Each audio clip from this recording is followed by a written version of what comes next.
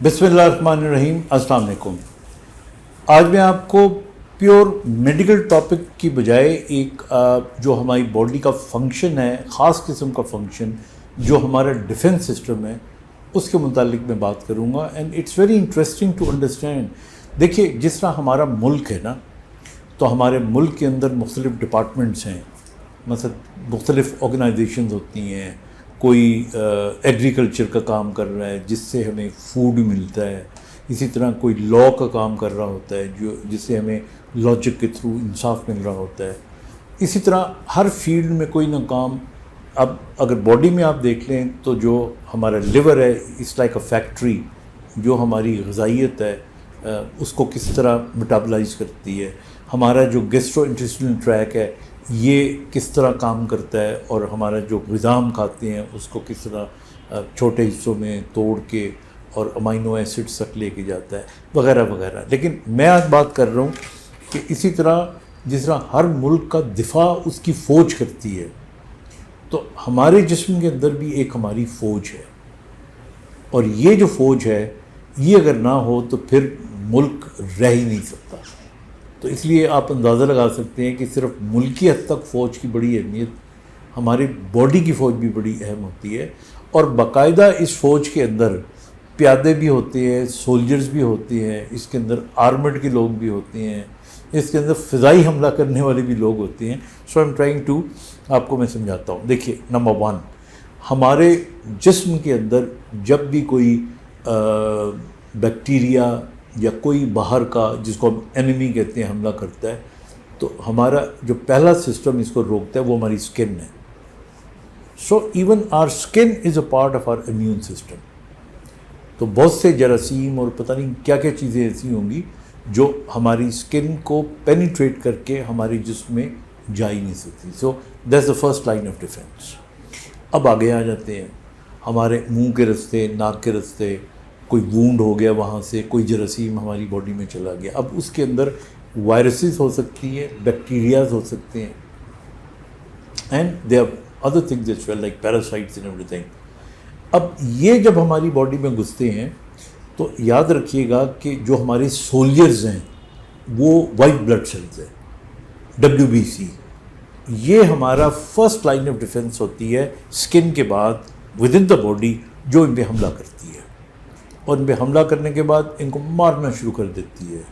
ये इस तरह मारती है उनको कि जिस तरह बिल्कुल अगर कोई दुश्मन किसी मुल्क के अंदर दाखिल हो जाए तो चाहे उसको उसे गोली मारना पड़े, उसको ब्लास्ट करना पड़े, उसको रोकना पड़े, ये सारा काम हमारा वाइट ब्लड सेल्स कर रहे होते हैं। अब इसके साथ साथ हमारी बॉडी में मैक्रोफेजेस होते हैं। मैक्रोफेजेस जो है वो दुश्मन को इनगल्फ कर लेते हैं, यानी वो दुश्मन को बिल्कुल चारों तरफ से पकड़ के खा जाते हैं उसको, ताकि वो उसका नाम ही ना रहे।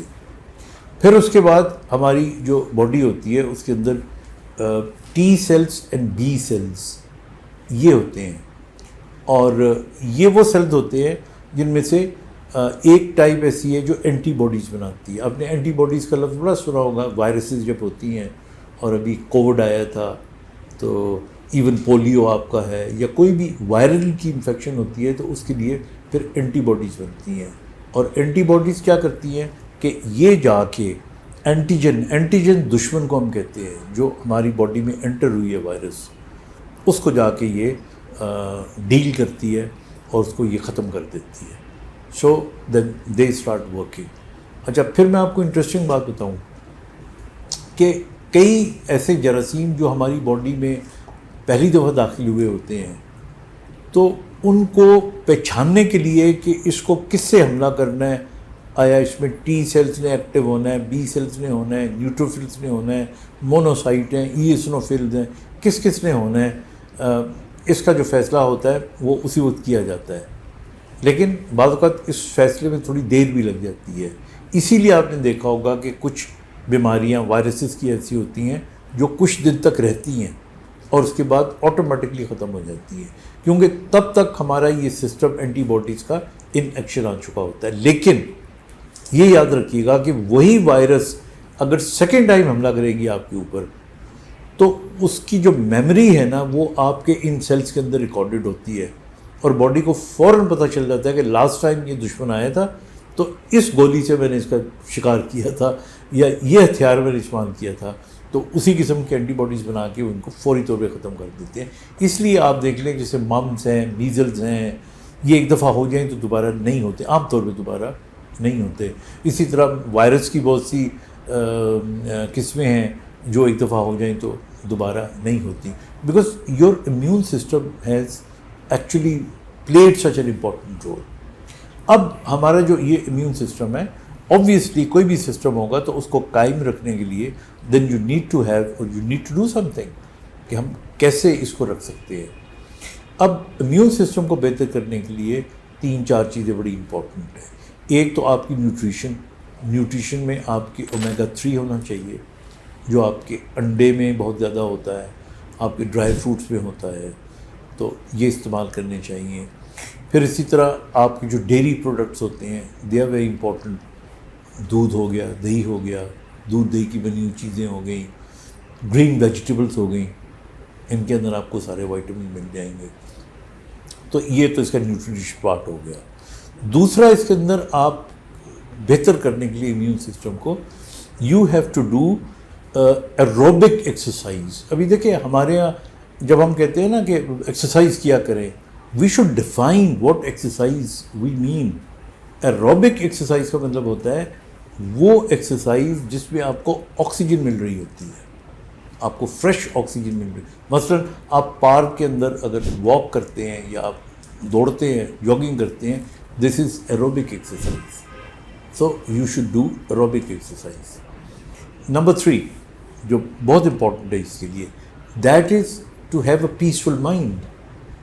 Because if you don't have a peaceful mind your immune system could get confused and it may not be able to work as efficiently. یعنی وہ اتنی ایفیشنسی کے ساتھ کام نہیں کر سکے گا جتنا اس کو کرنا چاہیے.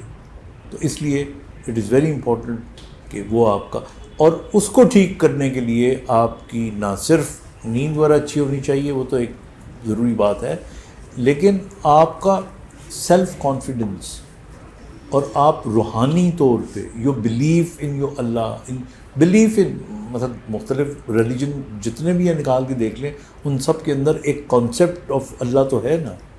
تو اس کانسیپٹ کو we being Muslim very proudly ہم اللہ کا ہر بات پہ شکر بھی ادا کرتے ہیں اور اللہ تعالیٰ کی باتوں پہ صبر بھی کرتے ہیں. So that connection with God that is very essential. اور یہ باقاعدہ ایک لیٹسٹ ریسرچ آئی ہے جس میں انہوں نے بتایا کہ 78% آف دا پیپل جو کہ جن کا بلیف لیول ہائی تھا، ان کا immunity level was equally high as compared to the rest of the 30%. تو اس لیے یہ ساری چیزیں یہی سمجھ کے کہ if you will be strong you will be able to fight your enemy strongly. So you have to be strong, make sure you are strong. اپنا بہت سا خیال رکھیے گا. خدا حافظ.